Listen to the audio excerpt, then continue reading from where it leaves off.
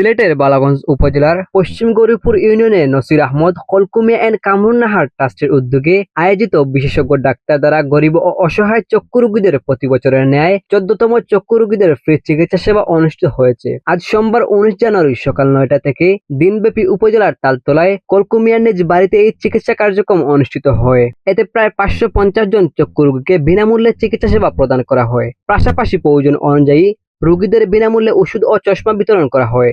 এ সময় চিকিৎসকদের পরামর্শ অনুযায়ী সানিপুরা আক্রান্ত 62 জন রোগীকে ট্রাস্টের নিজস্ব খরচে জালালাবাদ চক্ষু হাসপাতালের ইসলামপুরে পাঠানো হয়। সেখানে রোগীদের যাতায়াত, টাকা ও চিকিৎসা সংক্রান্ত যাবতীয় ব্যয় বহন করবে ট্রাস্ট কর্তৃপক্ষ।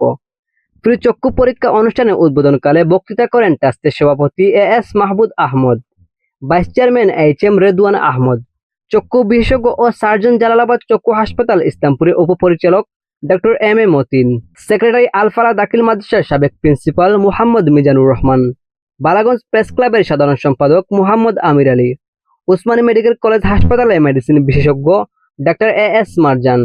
এছাড়াও অন্যান্যদের মধ্যে উপস্থিত ছিলেন সমাজসেবী ফখরুল ইসলাম, ডক্টর সজল দে, মিজানুর রহমান, তুহিন আহমদ, ফাহিম আহমদ সহ বিভিন্ন সামাজিক ও রাজনৈতিক নেতৃবৃন্দ।